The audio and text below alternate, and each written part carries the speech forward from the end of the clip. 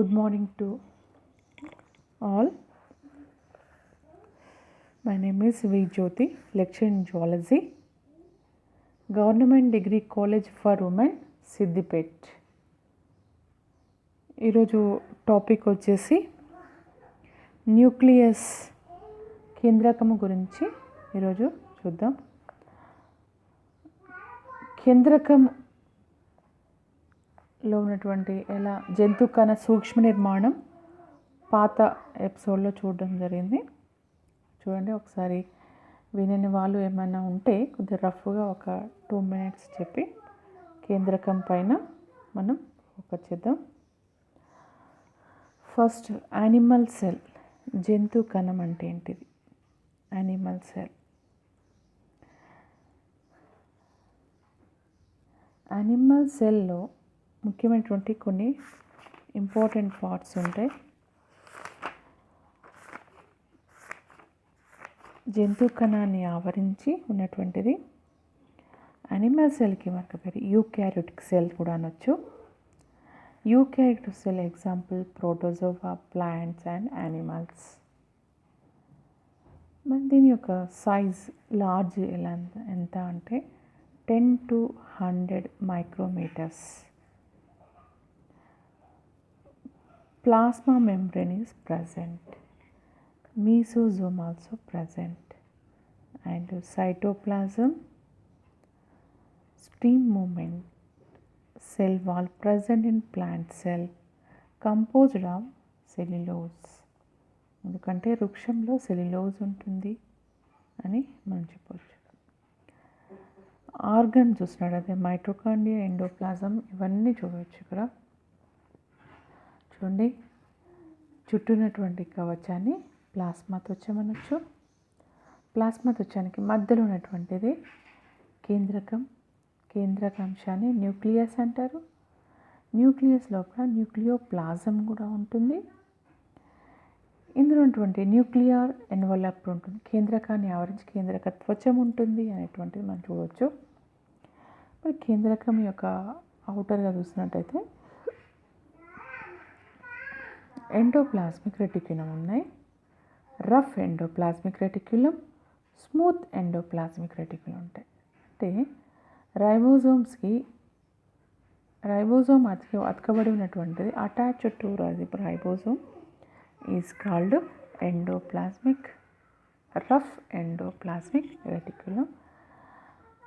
ఇక్కడ స్మూత్ ఎలా అంటుండే, స్మూత్ అంటే ఇక్కడ రైబోజోమ్ అటాచ్ అనేవి ఉండవు కాబట్టి స్మూత్ ఎండోప్లాస్మిక్ రెటిక్యులం అనొచ్చు. నెక్స్ట్ ఇందులో రైబోజోమ్స్ అనేటువంటిది న్యూక్లియోలస్ నుంచి ఏర్పడతాయి. కేంద్రకాంశం నుంచి ఏర్పడేదే రైబోజోమ్స్ అని చెప్పవచ్చు. లైసోజోమ్స్ ఉంటాయి, సెంట్రియోల్స్ ఉంటాయి, సెంట్రోజోమ్స్ కూడా ఉంటాయి. ఈ సెంట్రోజోమ్స్, సెంట్రియోల్స్ అనేటువంటివి చాలా ఇంపార్టెంట్.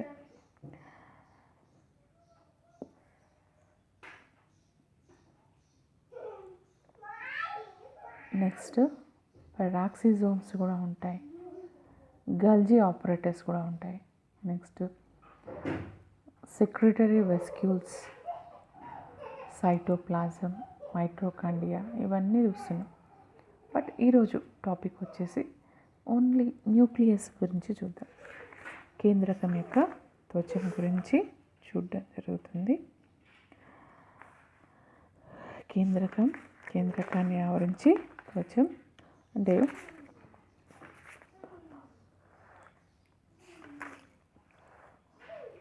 పాత ఎపిసోడ్ల ప్రకారం కేంద్రకం గురించి చెప్పడం జరగలేదు కాబట్టి ఈ యొక్క ఎపిసోడ్లో జరుగుతుంది.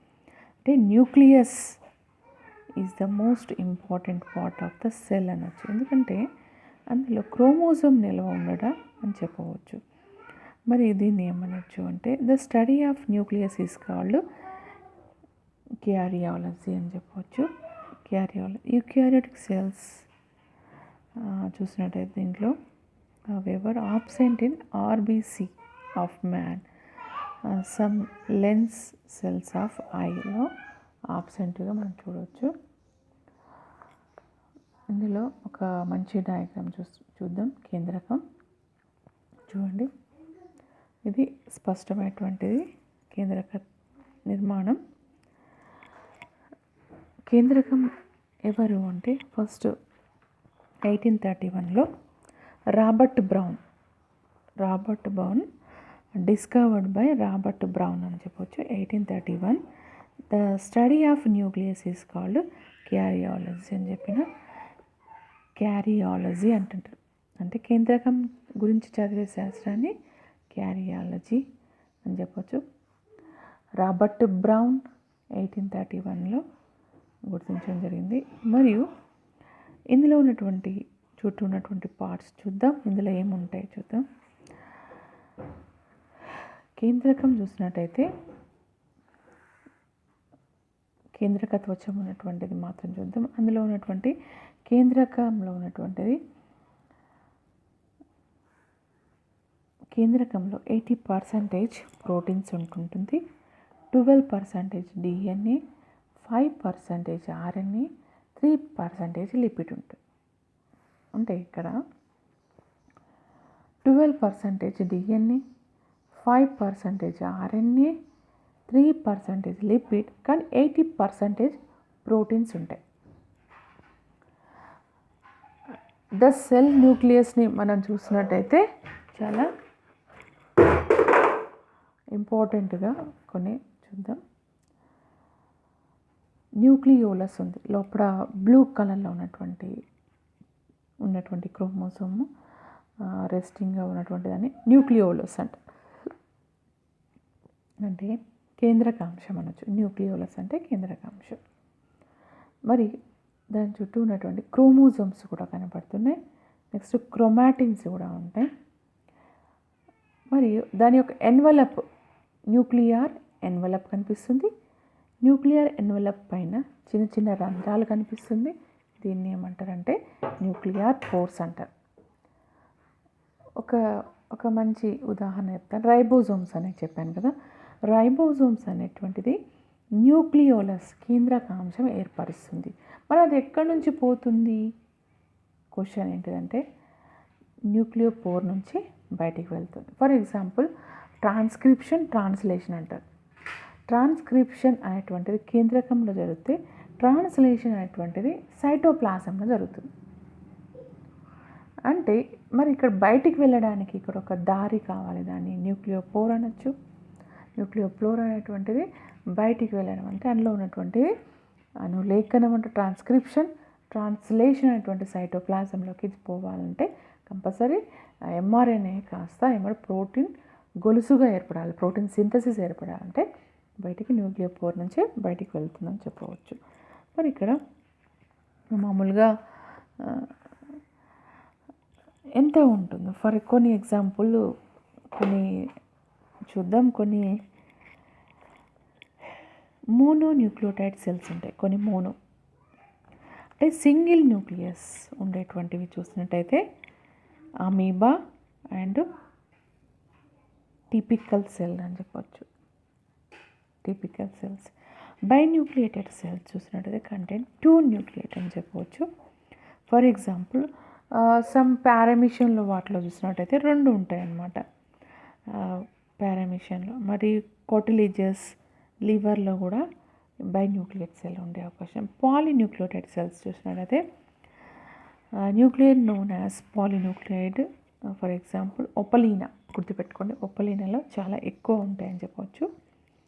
చెప్పాను కదా, ఇందులో ఏముంటాయి లోపల ఎక్కువగా 80% షేప్ అనమాట. ద న్యూక్లియస్ ఈజ్ ఏమనొచ్చు హ్యావ్ 80% ప్రోటీన్, 12% DNA, 5% RNA, 3% ఏమనొచ్చు లిపిడ్స్, చాలా తక్కువ ఉండే అవకాశం చెప్పవచ్చు. న్యూక్లియస్ ఇన్ సైజ్ చూసినట్టయితే 3 micron to 25 micron in diameter అని చెప్పవచ్చు. మరి కొన్ని రకాలైనటువంటి కొన్ని అతి చిన్నగా మామూలుగా అతి చిన్నది ఇంట్లో ఉంటే శిలీంధ్రాల్లో అతి చిన్నగా ఉన్నటువంటిది వ్యాసం ఉంటుంది. 1 to 5 మైక్రాన్స్ ఉండే అవకాశం ఉంటుందని చెప్పవచ్చు. 1 to 5 మైక్రాన్స్ ఏమనొచ్చు ఈ శిలీంధ్రాల్లో చాలా చిన్నగా ఉండే అవకాశం అని చెప్పవచ్చు. మరి ఇక్కడ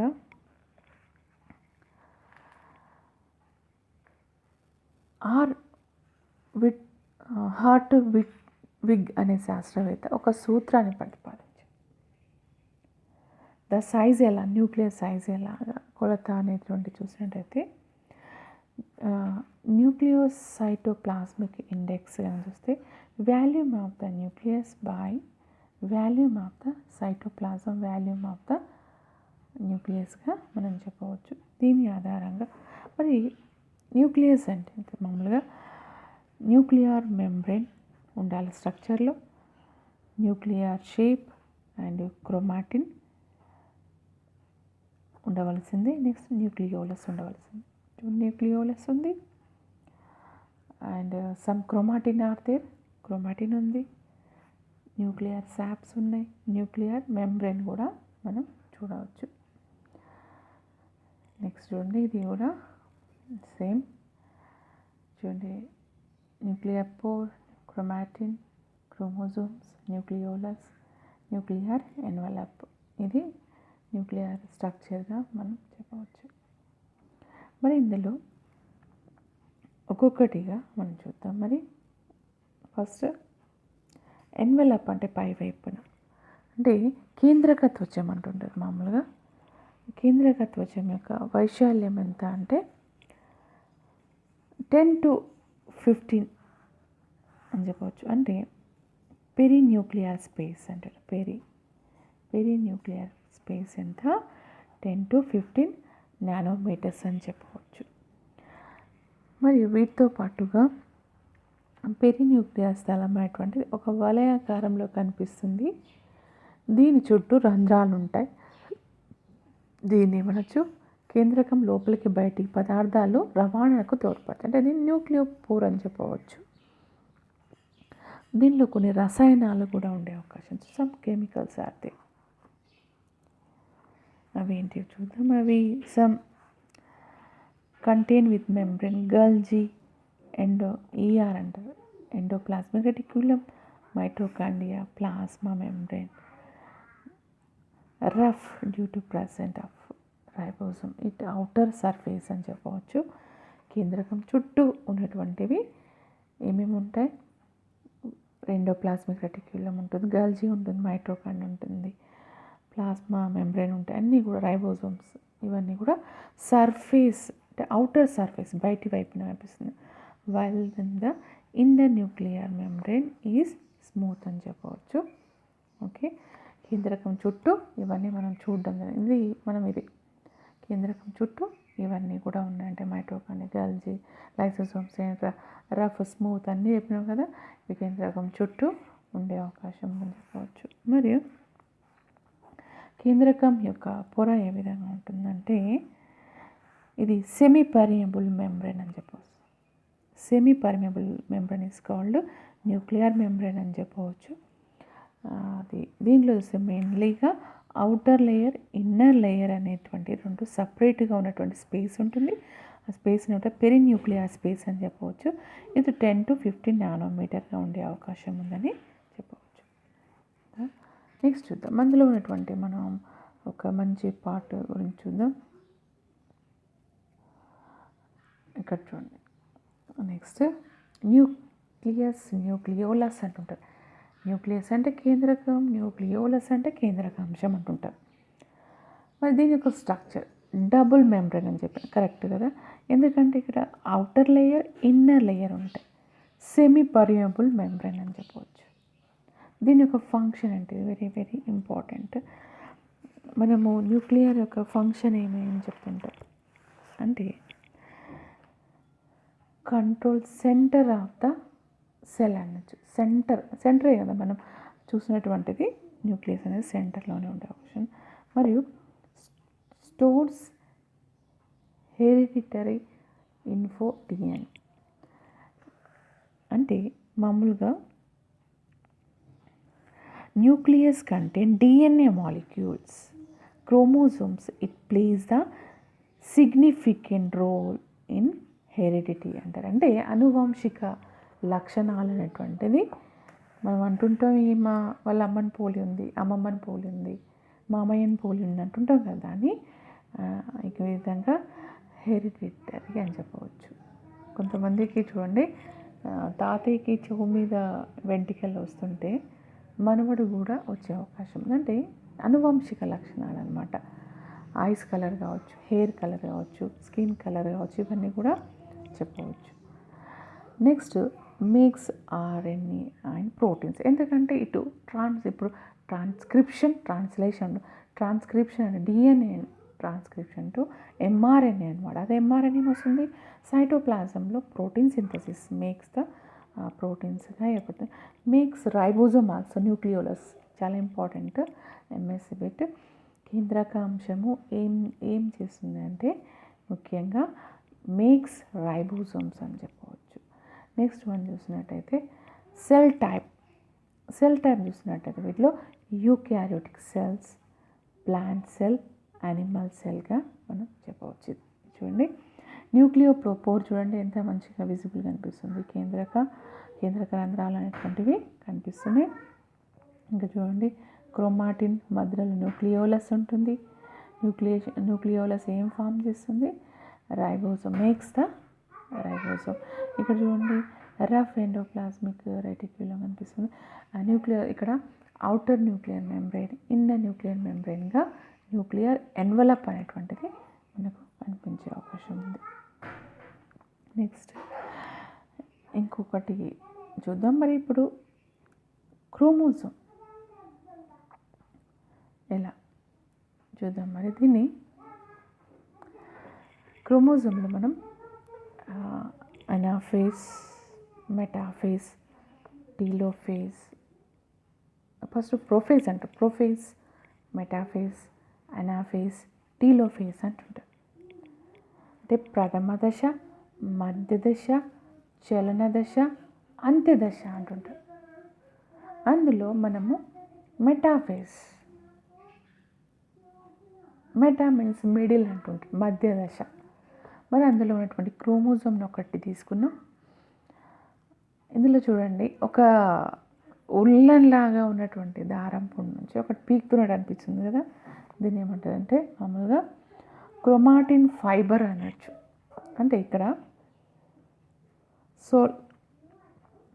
సోలెనాయిడ్గా చెప్పవచ్చు. సోలెనాయిడ్ కాస్త ఒక ఫైబర్ తీసుకుంటే క్రోమాటిన్ ఫైబర్ అంటారు. క్రోమాటిన్ ఫైబర్లో హిస్టోన్ ప్రోటీన్ అనేటువంటి ఉంది. హిస్టోన్ ప్రోటీన్కి ఈ యొక్క డిఎన్ఏ అనేటువంటిది బాగా చుట్టబడి ఉంటుంది అనమాట, ఒక రీల్ టైపుగా. ఇప్పుడు మనం దారము పుండ అంటుంటాం కదా, ఒక ప్లాస్టిక్ దానికి దారం చుట్టూతో ఎలా ఉంటుందో, మరి ఆ ప్లాస్టిక్ లాగా యూజ్ అయ్యేటువంటిది దాన్ని ఏమనొచ్చు అంటే హిస్టోన్ అనొచ్చు. ఆ హిస్టోన్ బాల్స్కి ఏమైందంటే ఈ యొక్క డిఎన్ఏ అనేటువంటి చుట్టబడ్డాయి. మరి అందులో ఎన్ని అమైనో యాసిడ్ ఉంటాయంటే ఒక డిఎన్ఏ చుట్టలో 125 అమైనో యాసిడ్ ఉండొచ్చు, అదే 150 అమైనో యాసిడ్, 145 అమైనో యాసిడ్ కూడా ఉండొచ్చు. మరి దీనివల్ల యూజ్ ఏంటిది అంటే హిస్టోన్ ప్రోటీన్ వల్ల చాలా యూజ్ ఉంది. ఎందుకంటే ఇది క్రోమోజోము చాలా లెంతీగా అవుపిస్తుంది. హిస్టోన్ ప్రోటీన్ కనుక లేకపోతే చాలా లెంతీ. చూడండి బాల్స్ ఎలాగ చుట్టూ సర్కిల్ వేసి ఇట్లా కుచ్చులుగా చేయబడి దగ్గరగా ఉంది. ఒకవేళ హిస్టోన్ ప్రోటీన్ లేకపోతే ఇది ఏమవుతుందంటే పెద్ద దారం పుండలాగా గజిబిజి కనిపించే అవకాశం. ఇది ఉంటే కరెక్ట్ పర్ఫెక్ట్గా హిస్టోన్ ప్రోటీన్ ఓపెన్ అవ్వగానే చూడండి హిస్టోన్ ప్రోటీన్ ఉంటే దాన్ని ఏమనొచ్చు న్యూక్లియోలస్ యొక్క పై వైపున ఏమంటే క్రోమాటిన్ ఫైబర్స్ అనొచ్చు. క్రోమోజోమ్ అనేటువంటిది యాక్టివ్ స్టేజ్గా లేనప్పుడు దాన్ని కూడా క్రోమాటిన్ అనొచ్చు.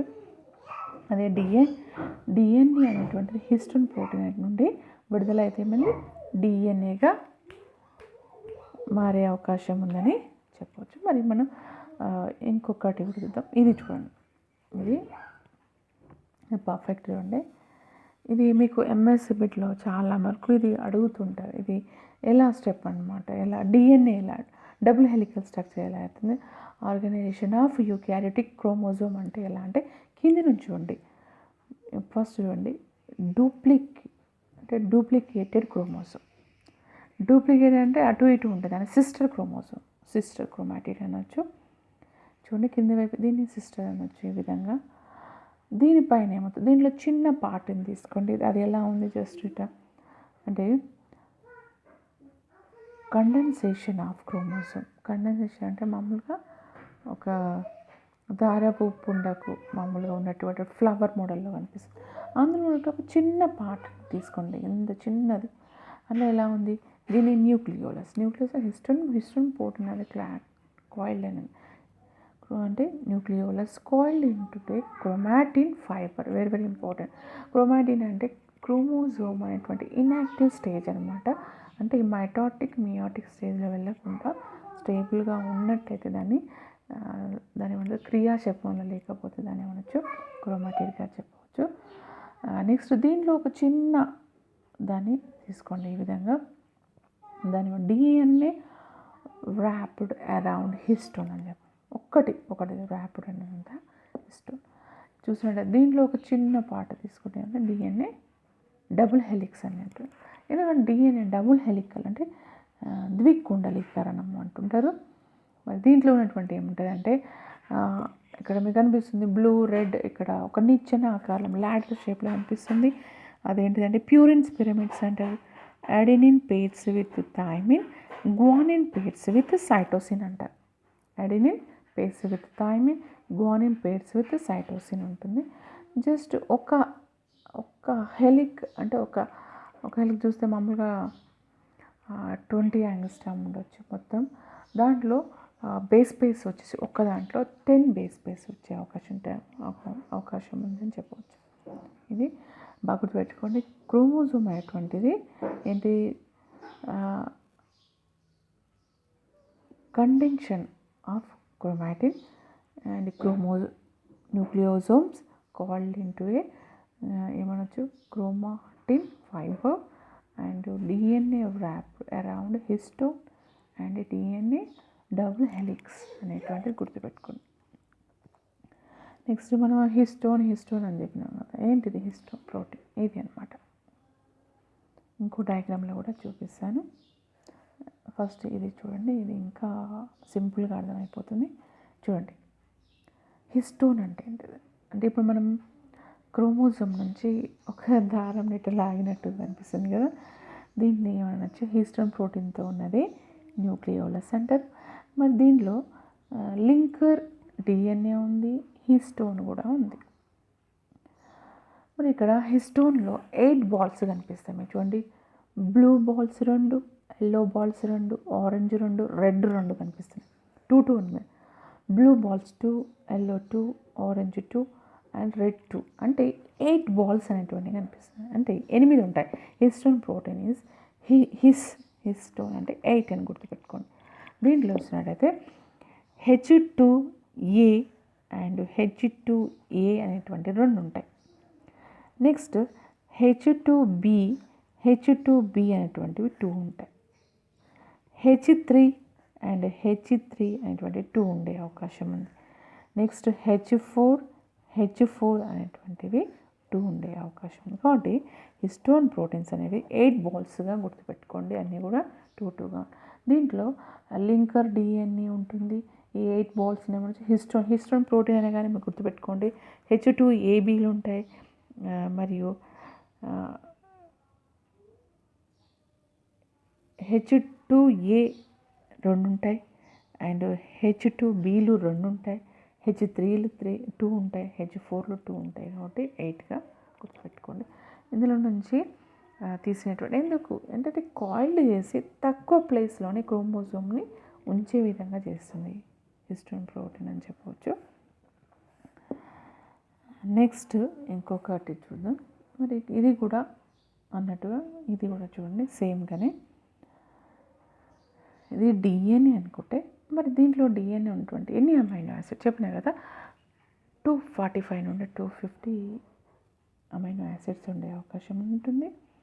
అమైనో యాసిడ్స్ అంటే మామూలుగా ఇందులో చూడండి AUG అంటుంటారు, మిథ్యూనిన్ అంటుంటారు. అంటే స్టార్టింగ్ కూడా మనం ఎక్కడ చదువుతాం, ఇది ట్రాన్స్క్రిప్షన్లో చదివే అవకాశం, ట్రాన్స్లేషన్లో కూడా దాన్ని కరెక్ట్ కోడ్ అనేటువంటి ఇస్తుంది.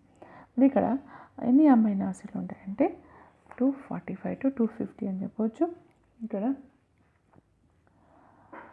సేమ్గా బాల్స్ కూడా సేమ్ కింది వైపు పై వైపుగా 4 రాసేసి ఇక్కడ చూడండి ట్రాన్స్క్రిప్షనల్ రిప్రెషన్ కనుక చూసినట్టయితే K9 ఉంది. K9 ఏమంటారు? మిథైలేషన్ అంటారు. K9 methylation. మన వైట్ బాల్ ఒకటి కనిపిస్తుంది K27. దీన్ని చూడండి ట్రాన్స్క్రిప్షనల్ అని చెప్పి, ఇది ట్రాన్స్క్రిప్షనేషన్. ఇక్కడ transcriptional activation, transcriptional repression, transcription repression, transcription activation ఏంటిది అంటే K27 గుర్తుపెట్టుకో. K27 is the activation transcription అని చెప్పవచ్చు. రిప్రెషన్ చూసినట్టయితే K9 ఏమనొచ్చు? మిథైలేషన్. నెక్స్ట్ యాక్టివేషన్ ఏమనొచ్చు? అసిటైలేషన్గా మనం చెప్పవచ్చు. అసిటైలేషన్, మిథైలేషన్ బాగా గుర్తుపెట్టుకోండి. Acetylation, methylation. Methylation is repression and acetylation is ఏమనొచ్చు? యాక్టివేషన్. అసిటైలేషన్, యాక్టివేషన్ అనేసి గుర్తుపెట్టుకోండి. నెక్స్ట్ ఇంకోటి చూద్దాం. కొన్ని క్రోమోజోమ్స్ ఏంటిది, అసలు క్రోమోజోమ్ స్ట్రక్చర్ ఎలా ఉంటుంది అది చూద్దాం. ఇక్కడ చూడండి, ఇది క్రోమోజోమ్ యొక్క స్ట్రక్చర్. క్రోమోజోమ్స్ అనేటువంటిది మామూలుగా ఆటోజోమ్స్ ఉంటాయి, అల్లోజోమ్స్ కూడా ఉంటుంటాయి. చూడండి, మ్యాన్లో చూసినట్టయితే 46 క్రోమోజోమ్స్ ఉంటాయి. డ్రాసోఫిలాలో 8 ఉంటాయి క్రోమోజోమ్. అండ్ తక్కువగా ఉన్నటువంటి క్రోమోజోమ్స్ కూడా జీవుల్లో కనబడే అవకాశం ఉంది. అతి తక్కువగా చూసినట్లయితే ఆస్కారిస్ మెగాలోసెఫాలా అంటుంటారు. ఆస్కారిస్ మెగాలోసెఫాల్లో కేవలం 2 క్రోమోజోమ్స్ మాత్రమే ఉంటాయి. 2 క్రోమోజోమ్. మీకు ఇంకొకటి చెప్పాలంటే కొన్ని హనీబీస్లో తేడా ఉంటుంది. Male female honeybees. ఫీమేల్ హనీబీస్లో 32 ఉంటే మేల్లో చూస్తే 16 ఉంటుంది మేల్లో. ఫీమేల్లో 32 ఉండే అవకాశం. దీన్ని ఎపిస్ ఇండికా మామూలుగా మేల్ ఫీమేల్లో వేరుగా ఉంటుంది అని చెప్పవచ్చు. ఇంకా మీకు కప్పలో గుర్తుపెట్టుకోండి, కప్పలో రానా టైగ్రీనా అంటుంటారు. ఎంత ఉంటుందంటే 26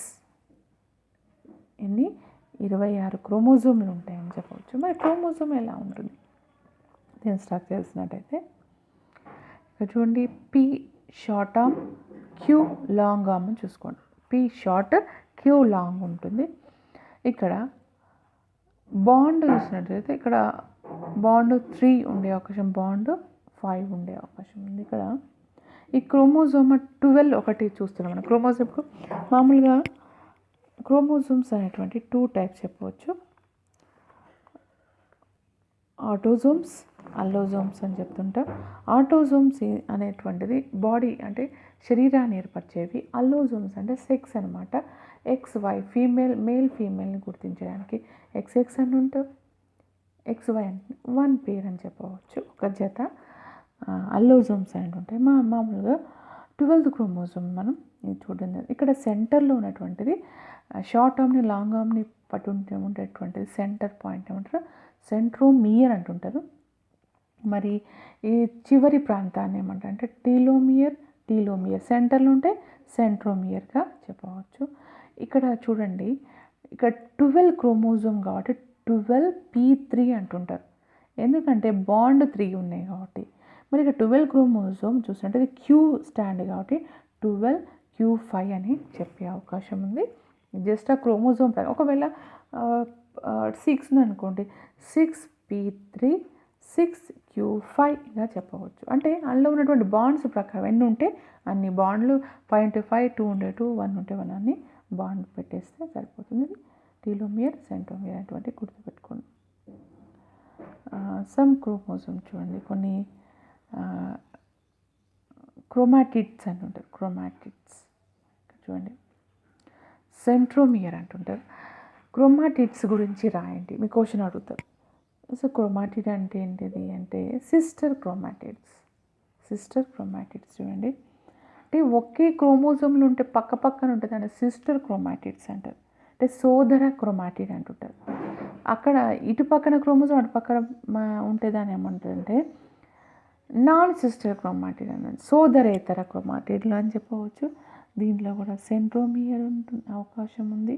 ఇది ఈ సిస్టర్ క్రోమాటిడ్ చూడండి, sister two chromatids make up a chromosome are referred to as sister chromatid. The chromatid of homologous chromosome are known as non-sister chromatids.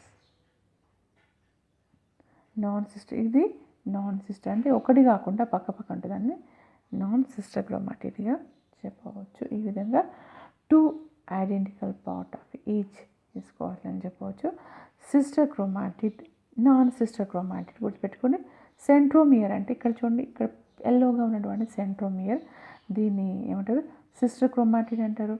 మరి దీని పక్క పక్కన వేరు ఉన్నాయి కాబట్టి నాన్ సిస్టర్ క్రోమాటిడ్గా చెప్పవచ్చు. క్రోమాటిడ్ల గురించి రాయండి అంటే ఇది రాస్తే డయాగ్రామ్ రాస్తే సరిపోతుంది.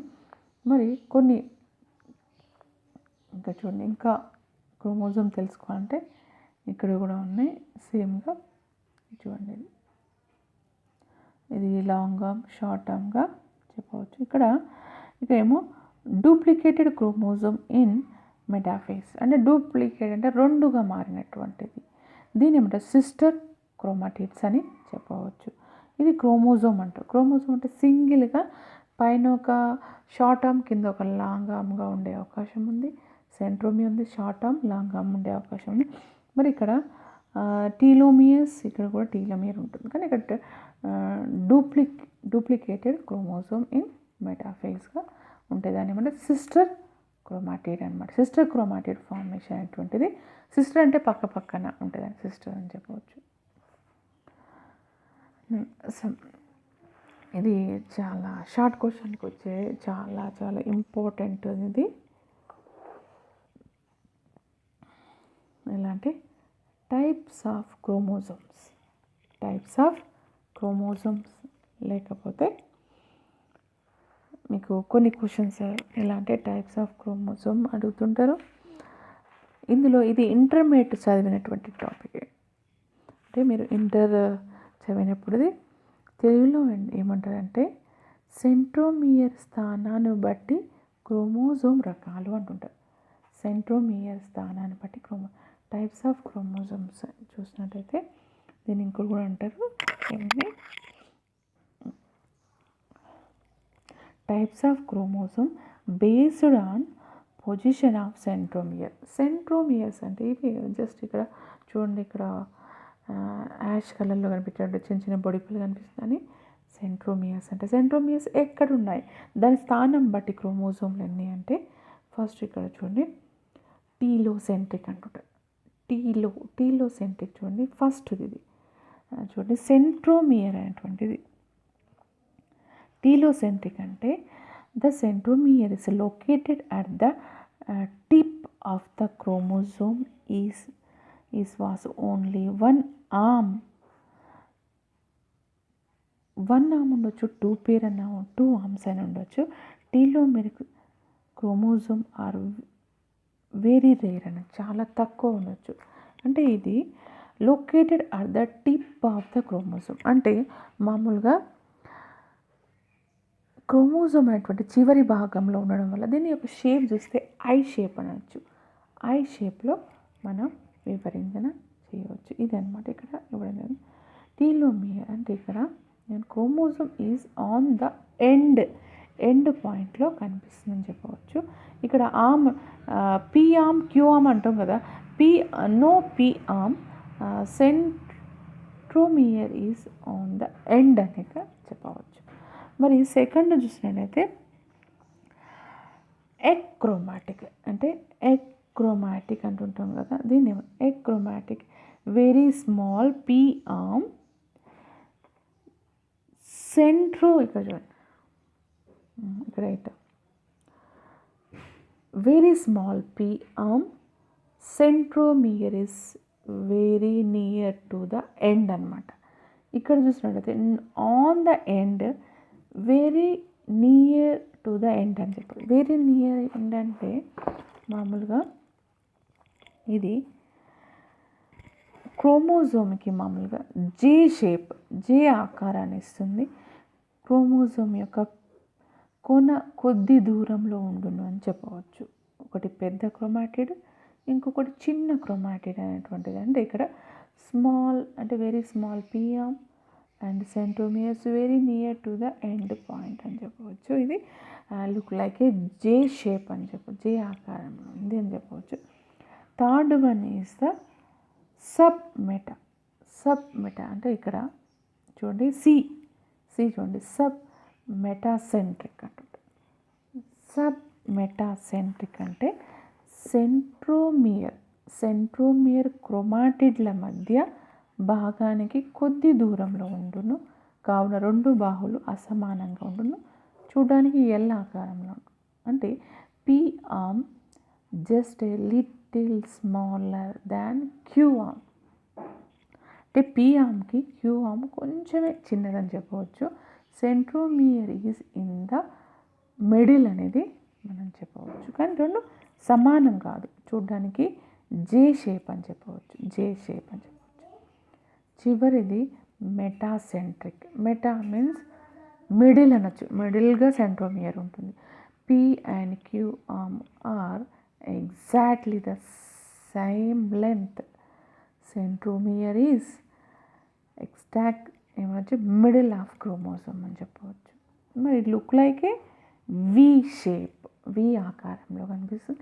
టీలోసెంట్రిక్ is I shape and acrocentric is J shape, sub metacentric is L shape and metacentric is V shape అని చెప్పవచ్చు. అంటే ఐ జే ఎల్ వి.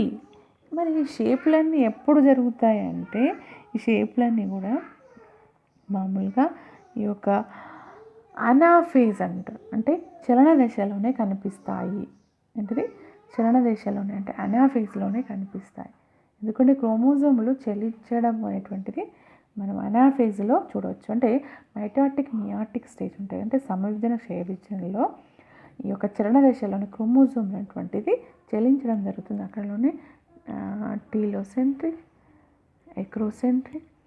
టీలోనే కానీ ఏ షేప్ కనిపిస్తుంది, I, acro J, sub metacentric L, metacentric V అని మనం చెప్పవచ్చు. ఈ విధంగా ఈ సెంట్రోమియర్ పొజిషన్ అనమాట, సెంట్రోమియర్ పొజిషన్ పరంగా ఈ యొక్క షార్ట్ క్వశ్చన్ మీకు వచ్చే అవకాశం ఉంది. ఇది నెక్స్ట్ వచ్చేసి ఇంకా అంటే మీరు ఒకటి అడుగుతుంటారు, ఇది ఏంటిది మీకు డౌట్ రావచ్చు. ఇక్కడ చూడండి, ఫస్ట్ దాన్ని ప్రారంభం దాన్ని ఏమనొచ్చు ప్రొఫేజ్ అంటుంటారు, తర్వాతకి మెటాఫేజ్ అంటుంటారు, అనాఫేజ్ అంటుంటారు. అనాఫేజ్లోనే ఏం జరుగుతాయి, ఈ యొక్క మూమెంట్ అనేటువంటి సెంట్రోమియర్ స్థానాలు అనేటువంటిది చేంజ్ అవుతూ ఉంటాయి. కాబట్టి మనం వి షేపుడ్, జే షేపుడు, ఎల్ షేపుడు అని చెప్పినాం కదా. టీలో ఎక్రో, సబ్ మెటాసెంట్రిక్ అని చెప్పిన ఇవన్నీ కూడా అనాఫేజ్లోనే ఉంటాయి. ప్రొఫేజ్ అంటే ప్రథమ దశ, మెటాఫేజ్ అంటే మెటా అంటే మిడిల్ అనొచ్చు, మధ్య దశ. అనాఫేజ్ అంటే చలన దశ, టీలోఫేజ్ అంటే అంత్యదశ అని చెప్పవచ్చు. ఈ విధంగా మనం ఈ దశల ఆధారంగా వాటి యొక్క క్రోమోజోమ్స్ ఉండే అవకాశం ఉంది. ఇంకొకటి చిన్నది చూడండి, ఇక్కడ కొన్ని క్రోమోజోమ్లు డిఫరెంట్గా ఉంటాయి. డిఫరెంట్గా ఏమంటారు అంటే దాన్ని ఏమంటారు జాయింట్ క్రోమోజోమ్ అంటారు. జాయింట్ మామూలుగా క్రోమోజోమ్లు అంటే రెండు పీక్యూ లూప్ ఆర్మ్స్ ఉండేసి మధ్యలో సెంట్రోమియర్ ఉంటుంది. కానీ ఇక్కడ జాయింట్ క్రోమోజోమ్స్ కూడా ఉంటాయి. క్రోమోజోమ్స్ అంటే పాలిటీన్ క్రోమోజోమ్ ఆఫ్ ఇన్సెక్ట్. మీరు కొన్ని రకమైనటువంటిది క్రోమోజోమ్ చూసినట్టయితే lampbrush chromosome, polytene chromosome, beta chromosomes అనేవి ఉంటాయి. Some except are lampbrush chromosome of vertebrates, polytene chromosome of insect అని చెప్పవచ్చు. In both this chromosome the reason that are actively synthesize RNA or least condense end chromosome are very long, thin, 200 times during metaphase. Hence they are known as giant chromosome అని చెప్పవచ్చు. మామూలుగా దీన్ని ప్రత్యేకమైనటువంటి chromosome అంటారు. అంటే కేంద్రకము దీని రాక్షస chromosome అంటారు, బృహత్ క్రోమోజోమ్ అంటారు. ఇవి మామూలుగా సకశేరుకాల అండ మాతృకణంలోను కొన్ని కీటకాల లాలాజలంలోనూ మనం చూడవచ్చు. ఎందుకంటుంటే కొన్ని రకమైనటువంటివి మనం చూద్దాం.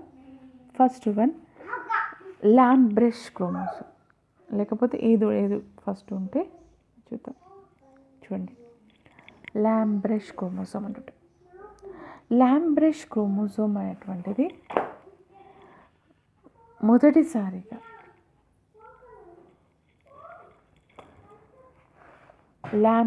బ్రష్ అంటుంటే మామూలుగా మనం టూత్ బ్రష్ మాదిరి ఉన్నటువంటిదే.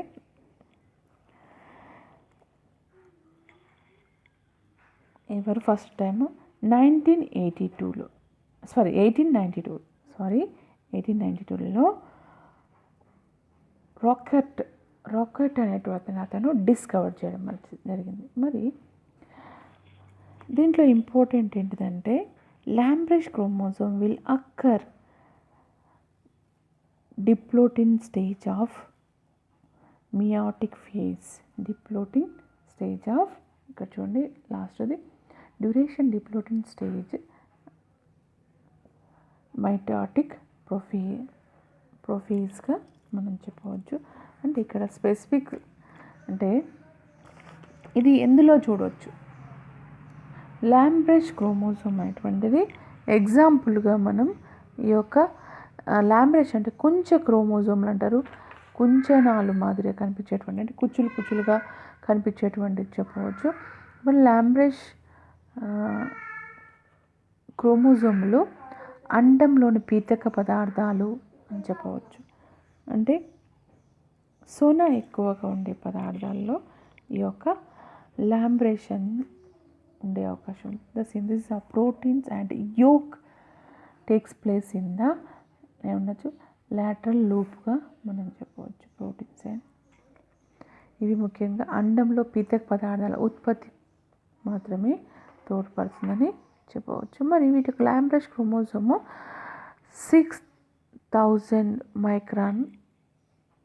6000 మైక్రాన్లో ఉండే అవకాశం, పొడవు ఉండే అవకాశం ఉందని చెప్పవచ్చు.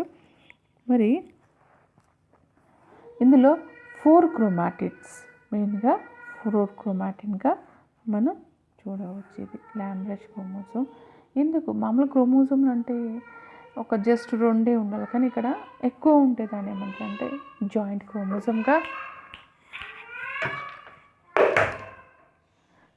క్రోమోజోమ్గా చెప్పే అవకాశం అని చెప్పినా కదా. నెక్స్ట్ ఇంపార్టెంట్గా పాలిటీన్ అంటే లాలాజల గ్రంథి అంటుంటారు, పాలిటీన్ క్రోమోజోమ్ అంటుంటారు. ఇది పాలిటీన్ క్రోమోజోమ్ యొక్క స్ట్రక్చర్ అని చెప్పచ్చు. పాలిటీన్ క్రోమోజోమ్ అనేటువంటిది సలైవరీ గ్లాండ్ క్రోమోజోమ్ అనొచ్చు. సలైవరీ గ్లాండ్ క్రోమోజోమ్గా మనం చెప్పవచ్చు. మరి ఇవి ఎక్కడ ఉంటాయి? సమ్ ఎగ్జాంపుల్స్ కనుక చూసినట్టయితే డ్రాసోఫిలా అంటే డిప్టెరా అంటే మామూలుగా వీటిలలో ఇన్సెక్ట్లో కనిపించే డిప్టెరా అంటే ఈగల జాతులు అనేటువంటివి ఉంటాయి కదా. అంటే మామూలుగా house fly, Drosophila, house fly, కైరోనాప్స్ లార్వాలో ఇవి ముఖ్యంగా చెప్పవచ్చు. ఎందుకంటే ఫర్ ఎగ్జాంపుల్ మనకు హౌస్ ఫ్లై తెలుసు, మామూలుగా అవి స్పాంజిని అనమాట, స్పంజ్ చూషక అంటారు. అంటే ఫర్ ఎగ్జాంపుల్ మనం బెల్లంని దాన్ని కరిగించి అది జ్యూస్గా తాగుతుంది. అంటే కరిగించడానికి దానికి ఏం కావాలి, ఎక్కువ లాలాజలం. దానికి చూడండి బొద్దింకలు చూడండి నవలి తినే రకము, కొన్ని స్పంజికా చూషకం, కొన్ని గుచ్చి పీల్చే రకం, ఆ విధంగా ఉంటుంది కదా. దీనికి స్పాంజీ టైప్గా ఉన్నటువంటిది మౌత్ పార్ట్. అది ఏం చేస్తుందంటే ఎప్పుడు సలైవాని ఎప్పుడు విడుదల చేస్తూ ఉండాలి అంటే వాటి క్రోమోజోమ్స్ అనేవి ఈ యొక్క చెప్పిన పాలిటిన్ క్రోమోజోమ్గా ఉంటుంది. దీని క్రోమోజోమ్ ఇది లాలాజల గ్రంథి క్రోమోజోమ్ అని చెప్పవచ్చు. అంటే ఈ డ్రాసోఫిలాలో ఎగ్జాంపుల్ డ్రాసోఫిలా మెలనోగాస్టర్గా మనం చెప్పవచ్చు. మరి ఇక్కడ polytene chromosome is 1000 times greater than the normal somatic chromosome అని చెప్పవచ్చు. అంటే 1000 రెట్లు ఎక్కువగా ఉన్నటువంటిది అని చెప్పవచ్చు. ఎందుకంటే చెప్పినా కదా ఇది సలైవను రిలీజ్ చేస్తుందని చెప్పవచ్చు. ఇందులో ఎక్కువగా ఆర్ఎన్ఏ ఎక్కువగా ఉండడం, అంటే లెస్ డిఎన్ఏ మోర్ ఆర్ఎన్ఏగా మనం డార్క్. ఇందులో బ్యాండ్లు కూడా ఉంటాయి. Dark band containing more DNA, less is ఏమనొచ్చు RNA. Dark band containing more DNA. ఇక్కడ అన్ని బ్లాక్గా జస్ట్ లెస్గా ఉన్నటువంటిది, అంటే బాగా చారలు ఉంది. బ్లాక్ ఉన్న చోట అన్నీ కూడా డిఎన్ఏ అని చెప్పవచ్చు. కొంచెం వైట్గా క్రీమ్ టైప్గా ఉంది దాన్ని ఆర్ఎన్ఏ చెప్పవచ్చు. దీంట్లో చూడండి chromosome left arm 3, chromosome left arm 2, chromosome right arm 2 చూడండి. ఈ విధంగా ఎక్స్ క్రోమోజోమ్ 4 ఇవన్నీ చూడండి. ఈ విధంగా మనం చెప్పవచ్చు. ఇది లాంబ్రెష్ అండ్ పాలిటిన్ క్రోమోజోమ్ అనేటువంటి జాయింట్గా చెప్పవచ్చు. దీంట్లో ఎందుకు చారలుగా ఉంటాయంటే పట్టీలు పాలిటిన్ క్రోమోజోమ్లో ఒక్కొక్క చోట బాగా సంఖ్య పెరగడం, కొన్ని చోట సంఖ్య తగ్గడం అనేటువంటిది. ఇది ఎందుకు జరుగుతుంటే ఎండోమైటాటిక్ విధానంలో క్రోమాటిన్లు అనేక పర్యాయంలో విభజన చెందడం ద్వారా ఏర్పడుతుందని చెప్పవచ్చు. అంటే సెవరల్ టైమ్స్ అవి ఏం చేస్తాయంటే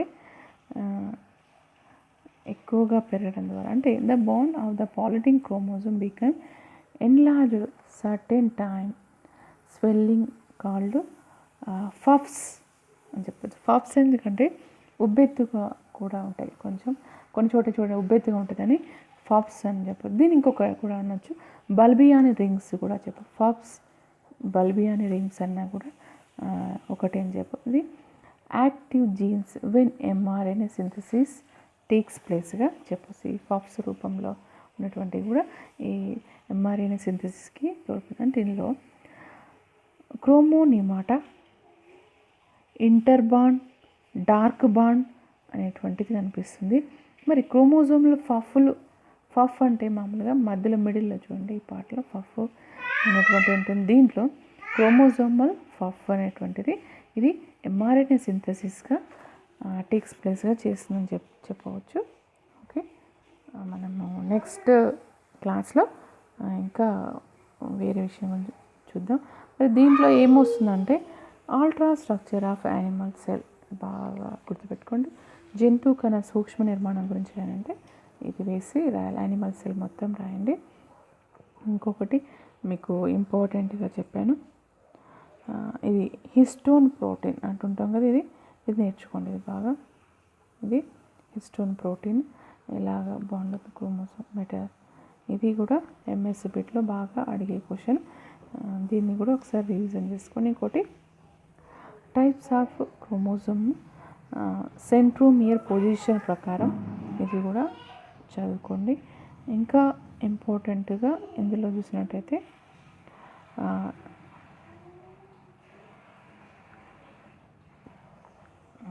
ఇది లాంబ్రెష్ క్రోమోజోమ్, జెయింట్ క్రోమోజోమ్ అనేటువంటిది. ఈ యొక్క పాలిటిన్ క్రోమోజోమ్ కూడా ఉంది. పాలిటిన్ అంటే సలైవరీ గ్లాండ్ అనేటువంటిది అంటే certain time from swelling called అని చెప్పవచ్చు. అంటే సలైవరీ గ్లాండ్ క్రోమోజోమ్, ఇది very very very important question, every year అడుగుతూనే ఉంటుంటారు. నెక్స్ట్ వచ్చేసి ఇంపార్టెంట్ క్వశ్చన్ వచ్చేసి ఈ యొక్క హిస్టోన్ ప్రోటీన్ బాగా చూసుకోండి. ఇంకొకటి క్రోమాటిడ్లో sister chromatid, non sister chromatid బాగా చదివి పెట్టుకోండి. ఇది ఓకే. Thank you. మనం నెక్స్ట్ క్లాస్లో ఈ యొక్క సెల్ సైకిల్, మైటోటిస్, మియోసిస్ అనేటువంటివి 2 చదివేద్దాం. Okay, thank you.